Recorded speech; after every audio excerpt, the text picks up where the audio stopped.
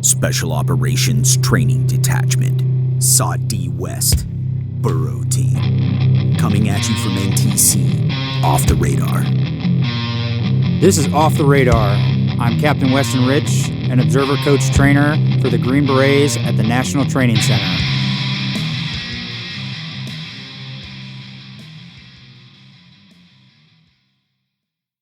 Welcome to part 2 of our conversation with Staff Sergeant Phil Smith. If you haven't listened to part 1, please give that episode a listen. In this episode, you will hear examples of influence operations at the National Training Center and examples of essential training for a psychological operation team or detachment prior to a combat training center rotation. So let's talk about various methods that are available when you come to the National Training Center for you to implement influence. We've mentioned paper products via leaflets. What else is out there? I mean, they have everything. You have your leaflets, like you said. You have radio. You have television. You have social media. You have ION. Mm-hmm. You have your Pulse. Okay. And Pulse is just a cell phone, and it sends out surveys, messages, and stuff like that they can actively click on and do their thing, and you'll start getting responses from that. Those are the main ones that you'll see. Yeah, and we have all sorts of role players, general purpose role players that support NTC rotation writ large, that are out in all of the population centers, and they are playing, host nation population, local population, and they can be, like Phil said, they can be pro-coalition, pro-opposing force, or somewhere in between. And then we have role players that support Special Operations Training Detachment specifically, and they play all sorts of things. They play intergovernment agencies, they play non-government organizations, they play host nation military forces that are partnered with the Special Operations Force. And all of those entities, the general purpose role players are who you're trying to influence generally or usually, but I do remember a rotation where the opposing force, Black Horse, has an irregular force that is partnered with them, and the influence operations were able to sway that irregular force into switching from being opposing to working with, or at least supporting, the coalition force, and that actually opened up the biggest training city that we have here. So the conventional unit was actually able to maneuver into that city uncontested because of the effects that the PSYOPers had on swaying that target audience.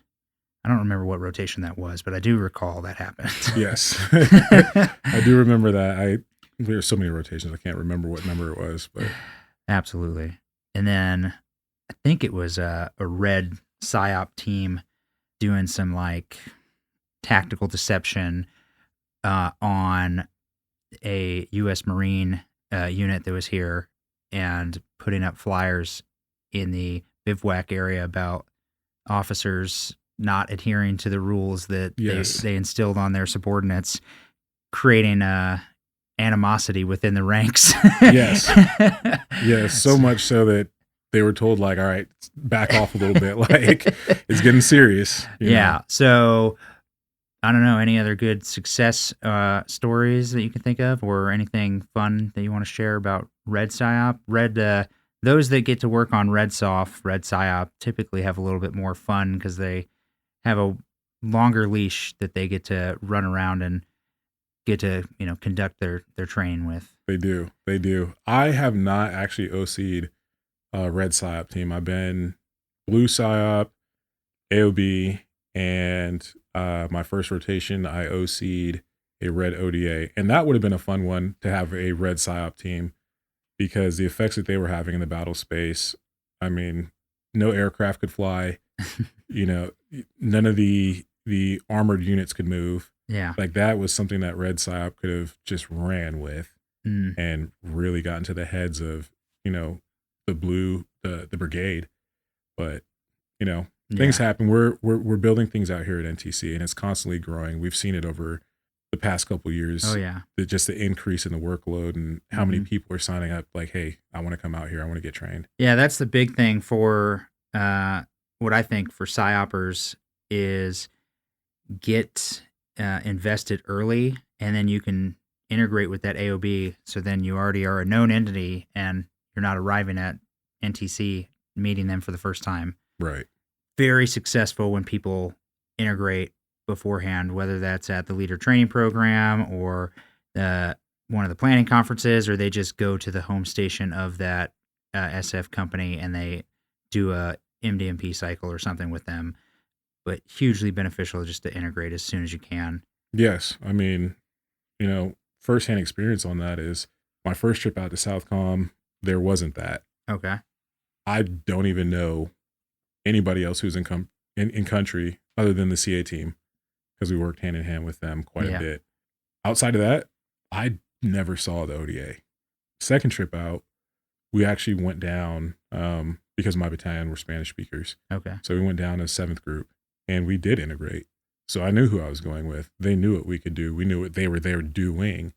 And on top of the LOEs that we already had and the products that we were already pushing, it became another task that we put on ourselves. Like, we're trying to have positive effects. Mm-hmm. How can we highlight this? And so we just went the route of amplifying our partnership with our partners. Yeah. And so it was highly beneficial, and the data was there to back it up. So it is important to integrate early and often. Absolutely. So you mentioned a good thing that I had forgotten about, but like special operations, civil affairs, and psychological operations, recently have integrated into SF groups. So hopefully at the tactical level, like we see just greater integration and awesome improvement on that, coming out here. But like through your lens as an observer coach trainer, how effective is it when the civil affairs and the psychological operations like work together in support of the AOB's lines of effort and lines of operation? Those two together, in my opinion, can completely change the battle space on their own. Okay. Without an ODA even going kinetic. And the way that I approach the teams and give them a little nugget to think about when they first get here is, what is the AOB commander's priorities? He's got guys forward. Yep. No commander wants to lose a single man. Yep. So how do we, as PSYOPers or civil affairs, how do we work together to ensure that commander can bring his guys home safely, whether it's doing DISO or TAC D so that they can exfil, or getting the enemy to allocate forces elsewhere so that when they hit this objective, they're only looking at maybe a team or a squad size element. Yeah. And civil affairs and PSYOP together can do that. Yeah. They and both be extremely effective. Yeah. They both have a piece of that influence operation that's supportive of one another. Correct. And we've seen people be very successful when when CA and PSYOP work hand in hand and everybody's, moving in the same direction.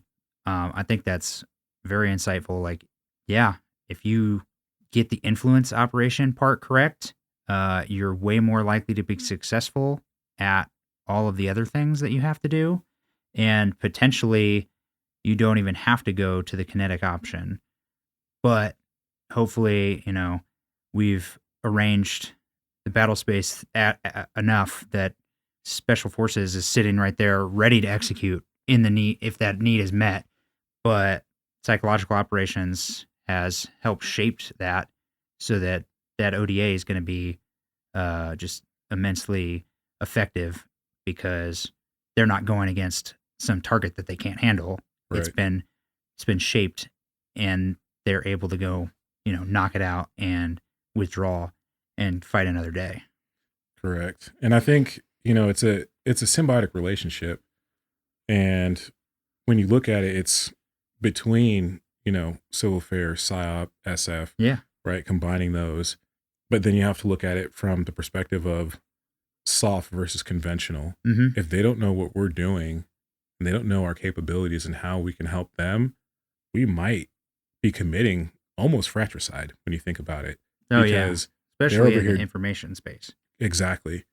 When they're thinking of doing this and they do this and they take this action, it might contradict what we want the enemy to do because of where we have, an ODA, Yeah. right? If they're just out there on this in an MSS and we're like, hey, our information that we're pushing is getting the enemy to move a certain way that gives them some breathing room, but then brigade comes from the same way we want them to go and they start pushing with tanks and start attacking. Yeah. Well, now you're bringing in more forces or you're pushing them back towards that ODA. It's like, okay, that's not what we want. So that conversation has to be there, and that's why you have an LNO there. Yeah. So I was going to ask, like, what have you seen be effective? Does the liaison element at the brigade, like, do they typically carry the water for information operations, or is it the commander of the SOF unit, typically the SF major? Is he doing a commander-to-commander dialogue with the brigade? Is it a mix? Like, I think it's both. Yeah. It has to be both, right? Because that LNO, maybe they're bogged down with so many different things that it's like, okay, I can't take on something else. Mm-hmm. But if commander to commander is like, hey, we have this, we can do this. This is where we're at in the battle space. What do you have going on? Where are you pushing? And understanding what everybody's doing, I think creates a more effective force overall when you combine conventional and soft. Because I've seen where information pushed out, messaging causes an action, right? And then the ODA simply sits back on the mountainside and calls for fire. They don't even have to go down there and get shot at. Yeah. Right. So again, to the AOB commanders, like, how do I keep my guys safe? Well, if I don't have to put them on that target, but I can put rounds on target and then just beat feet out, yeah, take that all day. Mm-hmm. And then as a PSYOPer, it's like, okay, what do I do to support that? Yeah, it's all about balancing risk to force, risk to mission, and like the influence operations is key in that. Like, if you can leverage the information space, then you can reduce the risk of force and increase the likelihood of mission success. Exactly. It's a win for everybody. All right. Any other insights on teach, coaching, mentoring, and working with PSYOP at the tactical level? I would just say this. And we've already talked about it, but it's so important that you have to have that conversation with that commander. You have to. It is imperative, because I've been fortunate enough to work in the JOC. Mm-hmm. And so I've seen things from both sides, from the OC side and then from the SOTIF or SGITIF side, and how things operate. If that commander doesn't know the capability that you have, or that you can fix or displace an enemy, we always talk about threshold of violence, right? Anytime you go kinetic, you're creating a signature on top of the signature that you already have out there with your electronics. Yep. And so when we're looking at threshold of violence, I think PSYOP has to be considered into that, because if we can get the enemy to do something and worry about, how to attack them later versus, hey, I'm just going to send my guys down there with some Carl G's. Mm-hmm. And blow this thing up. Yeah. Maybe we can reduce signatures like, hey, we're over here, call for fire, rounds on target, then they can get out of there. They're fine.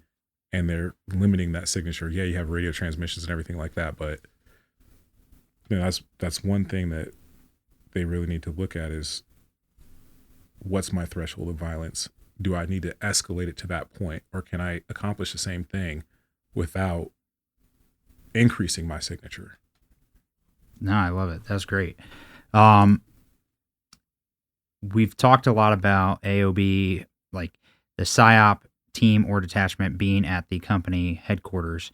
Have you seen a PSYOPer or team in bed with an ODA and go forward of the forward line of troops and into the enemy deep? Once or twice. What's your take on that? If it makes sense, it makes sense. Okay. Obviously, PSYOPers aren't known to be warfighters, right? That's just not in our wheelhouse. You might have guys like myself that are prior infantrymen that have some experience, right? But you haven't trained with that ODA. You don't know how they move. You don't know how they shoot. You don't know how they communicate. Mm-hmm. So can you, in essence, be a liability in a tick? Yeah, you can. But if you bring a certain capability that they don't have and the commanders accepted that risk, I think it's beneficial, because now you're relaying the ground truth to your team that's back at the AOB, and that paints a more clear picture than you looking through the internet or you receiving analytics from polls. Yeah. So you could probably do, I mean, a PSYOPer, if they're embedded with an ODA, their scope is probably going to be narrowed down into what that ODA is looking at. Correct. If they're at the AOB, they have a wider aperture and they're looking across the joint special operations area of operations. But there's pros and cons to both. And if you got the personnel and the right personnel, maybe it makes sense to put a PSYOPer or two with an ODA. And hopefully they've integrated so they can do that cross-training, they can be prepared. But yeah, it probably does depend. But I think, like you said, it could be greatly beneficial to the ODA. And if there's enough personnel, then you're not detracting from the company or the AOB, then I think it's probably worth it. I mean, the National Training Center is a venue to come out and train and see what works and what doesn't work. And if you think it doesn't work, then hey, you tried it and move on. And if you think it works, great. Like, keep doing it, refine it, and make it better.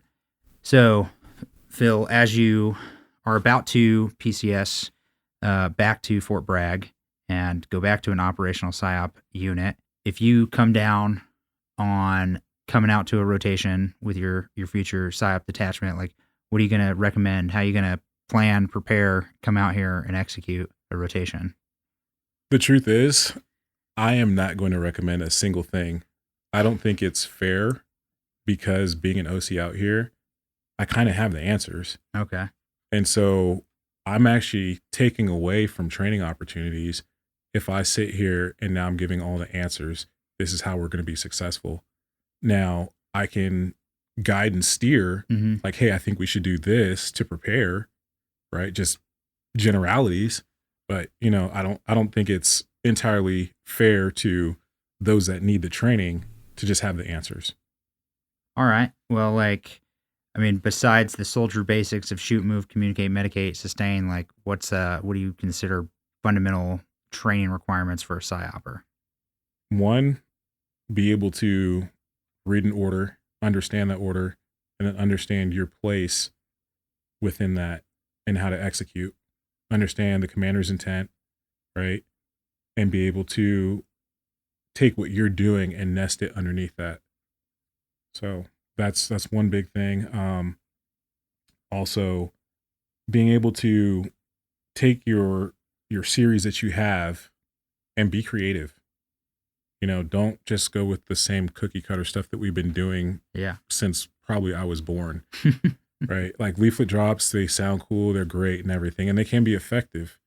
But we're in 2025. Yep. And when you look at our near peer adversaries, I don't think they're doing many leaflet drops. You know, they're using the digital space to influence, and they're very good at it. So I think that's a learning point. Hey, can we do this? Yes. If it makes sense at the time in this area, sure, let's do it.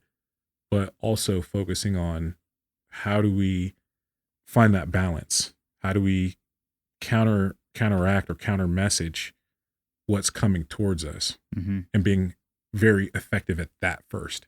Okay. So that's like alluding to, hey, there's offensive information operations or influence operations, and there's defensive ones. Correct. So you got to train on both and understand all the modalities available to put out a message. Get spun up on how to be a social media warrior. And not even just social media, it's just, I mean, it requires a lot of studying.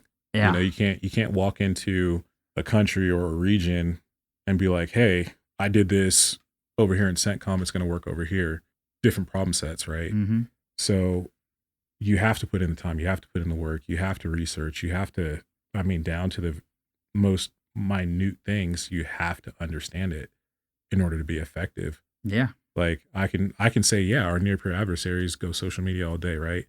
And sure, we can go social media, but if that's not how our target audience is receiving their information, why would I do that? Yeah. You know, you got to do what makes sense, and you got to understand your target audience and the battle space, right? In order to be effective. That was awesome. I will say, if you haven't read, there's a book called A-Force, and it's about World War II British psychological operations. It's pretty interesting, and I highly recommend anybody out there give it a read or a listen. It's on Audible. And then, like, any final thoughts on PSYOP, psychological operations stuff? I do have one other question for you, but it's not related to PSYOP.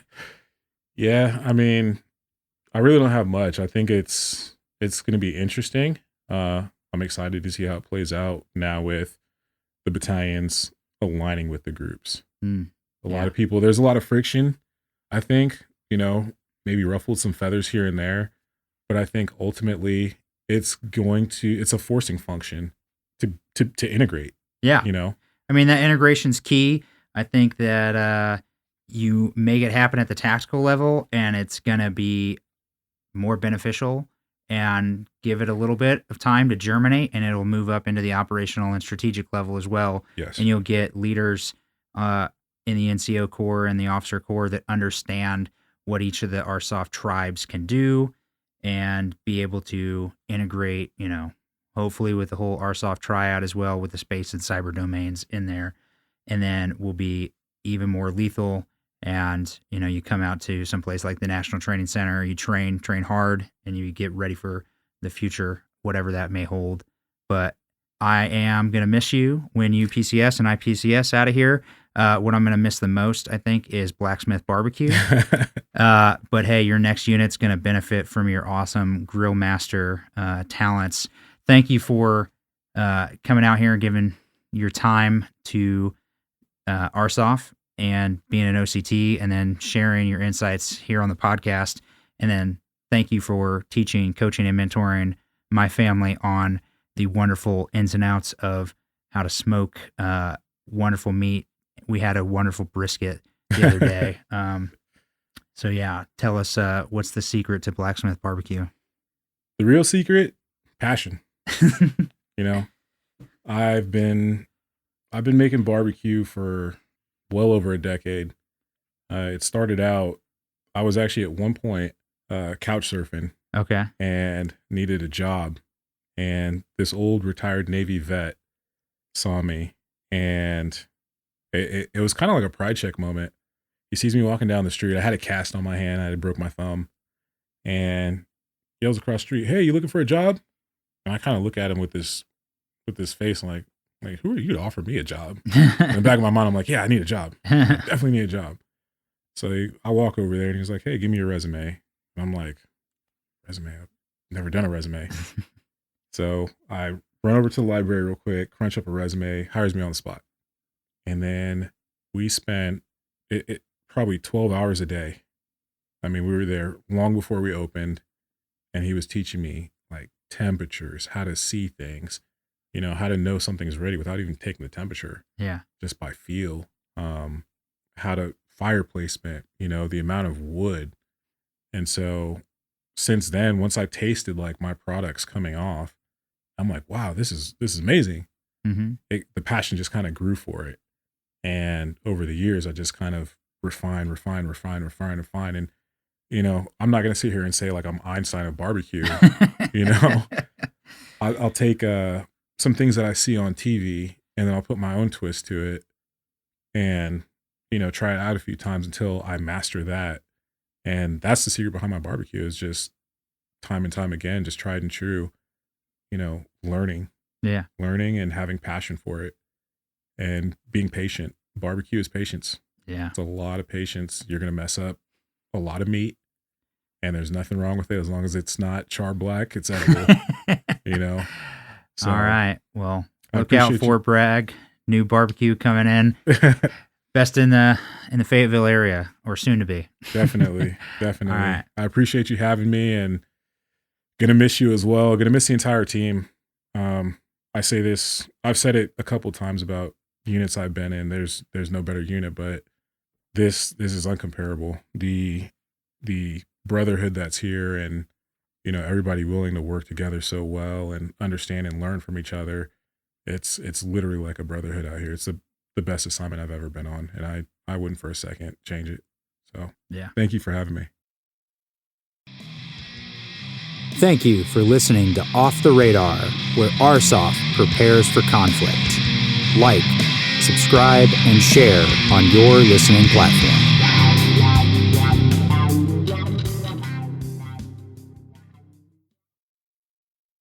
Actions will determine the outcome.